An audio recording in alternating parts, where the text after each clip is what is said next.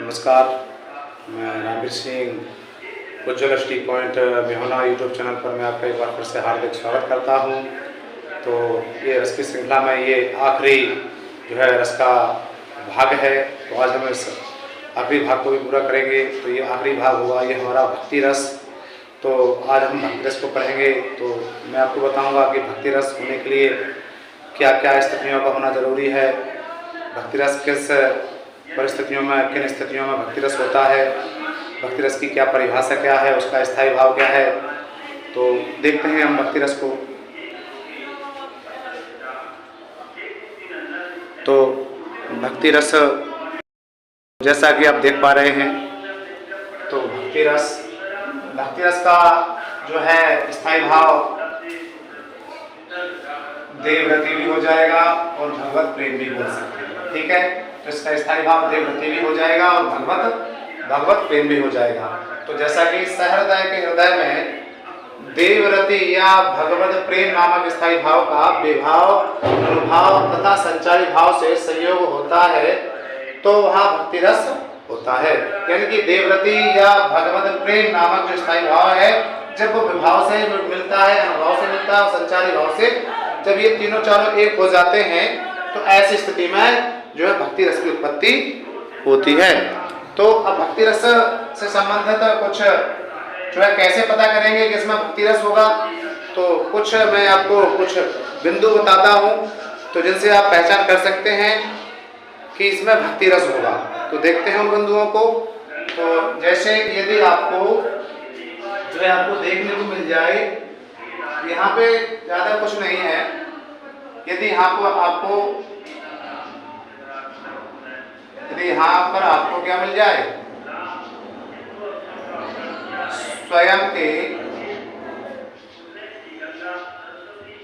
के कल्याण की बात की जाए, अथवा यहाँ पे आपको देखने को मिल जाए जो है या फिर भक्ति नामक ऐसा कुछ शब्द मिल जाए आपको, ठीक है, या फिर देवव्रति देखने को मिल जाए ऐसे, ठीक है, या फिर भगवत प्रेम शब्द आपको देखने को मिल जाए, ठीक है। और इसके जो सम्राट माने जाते हैं, भक्ति रस के सम्राट माने जाते हैं तुलसीदास। ध्यान रखना, तुलसीदास को भक्ति रस का सम्राट कहा जाता है। क्या कहा जाता है? सम्राट कहा जाता है। और ये हमारा कौन सा रस है? ये हमारा 11वां रस है। हमने एक वीडियो बताया था कि आचार्य मम्मट ने 9 बार, वैसे तो आचार्य भरत मुनि ने नाट्य शास्त्र में 8 रसों की चर्चा की थी। 9वां रस आचार्य मम्मट ने शांत रस को माना है। 11वां 10वां रस जो है बात रस को माना है, और 11वां रस माना गया है भक्ति रस। तो ये हमारा 11वां रस है। और तो यहाँ पे क्या होता है, यहाँ पे भक्ति रस में देखिए, शांत रस में जन कल्याण की भावना की बात की गई थी, जबकि भक्ति रस में स्वयं के कल्याण की बात की जाती है। यहाँ पे आपको भक्ति या देवव्रति नामक जैसा शब्द मिल जाए, भगवत प्रेम मिल जाए, इसके सम्राट जो है इसको माना गया है, तुलसीदास जी को इसका सम्राट माना गया है। तो जैसे ये उदाहरण देख लेते हैं इसके हम।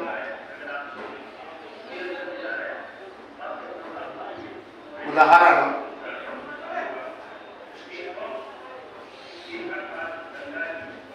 तो यहाँ पे उदाहरण हो जाएगा, मेरी भाव बाधा हरो, मेरी भाव बाधा हरो,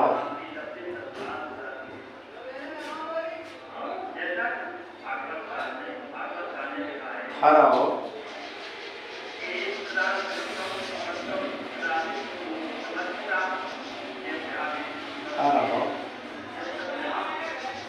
राधा नागरी सोए जातन की झाई पर श्याम हरत दुति होए। श्याम हरित द्युति होय।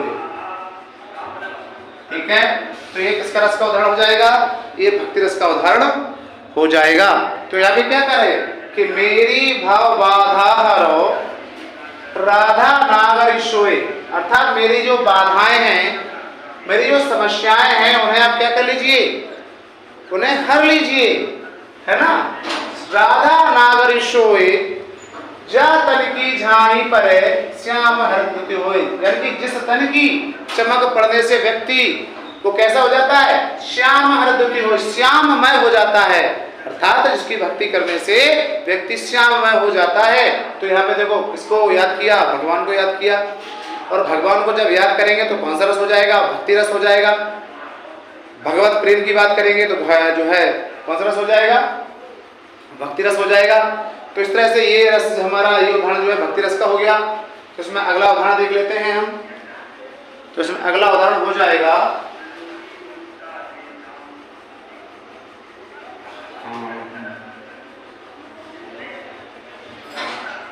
उदाहरण उल्टा नाम जपा जग जाना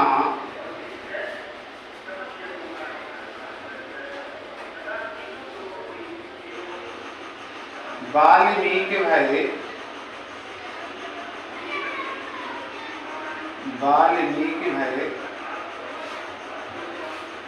ब्रह्म समाना, है ना। तो ये भी किसका उदाहरण हो जाएगा?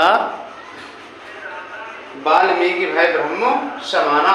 तो ये भी किसका है? भक्ति रस का उदाहरण हो जाएगा कि उल्टा नाम, क्योंकि वाल्मीकि के बारे में तो आप जानते ही हो, है ना। क्योंकि वाल्मीकि एक पहले जो है जो थे वो एक जो है एक कुख्यात डाकू थे, है ना, जिनका नाम था रत्नाकर।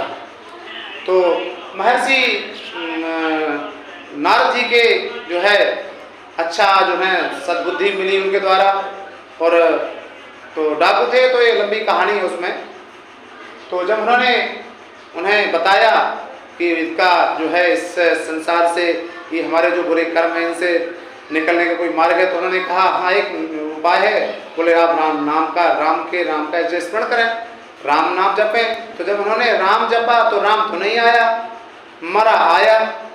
तो मरा से राम राम निकला, है ना। तभी तो ये आ जाता है उल्टा नाम जपा जग जाना और वाल्मीकि भय ब्रह्म समाना।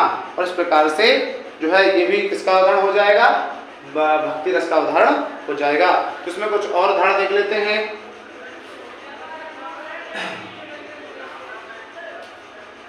तो अगला देख लेते हैं।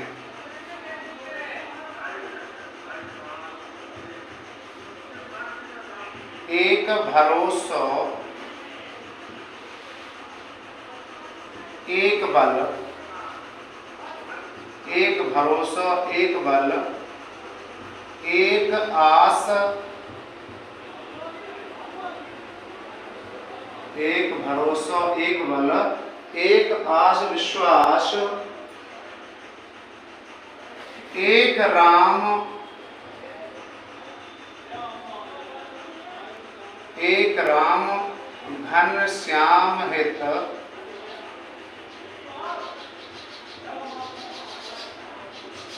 शातक तुलसी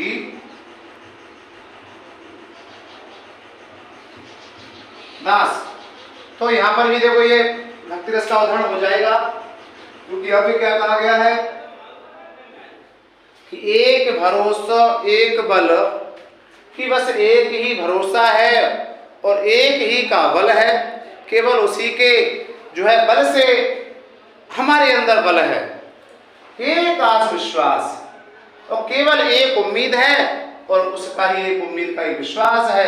एक राम घनश्याम हित, चाहे वो राम के हित हो जाए, चाहे घनश्याम के हित हो जाए, चाहते हैं तुलसीदास। तो तुलसीदास जी ने कहा है कि किसी एक के हित होने पर, एक के भरोसे होने पर व्यक्ति का, मनुष्य का कल्याण हो जाता है। जब आत्म कल्याण की बात की जाएगी तो वहां पे भक्ति रस हो जाएगा। तो इस तरह से ये कुछ उदाहरण हैं, और उदाहरण देख लेते हैं। तो अगला उदाहरण देख लेते हैं। मेरे तो गिरधर गोपाल, मेरे तो गिरधर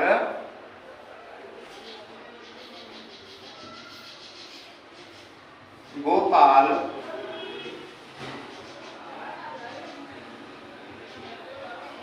दूसरो ना कोई, दूसरो ना कोई, दूसरो ना कोई।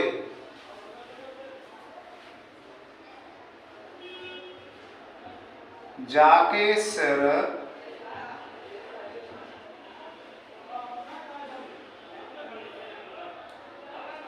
जाके सिर मुर मुकुट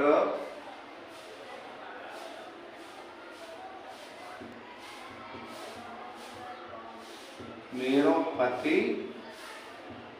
सोई। ठीक है, तो यस भी किसका हो जाएगा?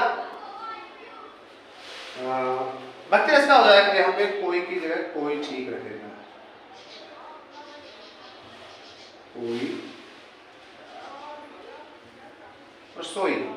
तो यहाँ पे दिखाई दे रहा है आपको कि मेरे तो गिरधर गोपाल दूसरों ना कोई। मीराबाई कहती हैं कि मेरे तो भगवान श्री कृष्ण के अलावा कोई दूसरा इस दुनिया में है ही नहीं है।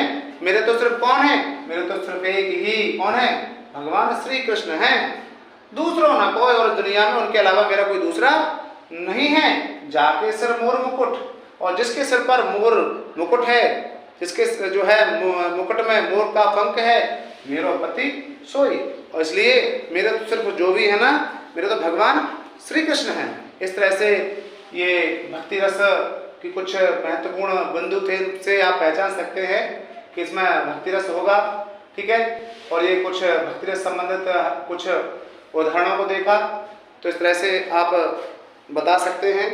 आप बताएं, कमेंट सेक्शन में कमेंट कर सकते हैं कि आपको वीडियो कैसा लगा। वीडियो अच्छा लगा है तो आप समझ सकते हैं कि क्या करना है। इस प्रकार से आज हमारी ये रस की जो श्रृंखला थी ये पूर्ण हुई। तो अब इसके बाद हम किसी ऐसे ही किसी टॉपिक के साथ हम फिर आपसे फिर मिलेंगे, किसी अगले वीडियो में फिर उपस्थित होंगे। तो तब तक के लिए मैं आपसे विदा चाहता हूँ। नमस्कार, जय हिंद, जय भारत।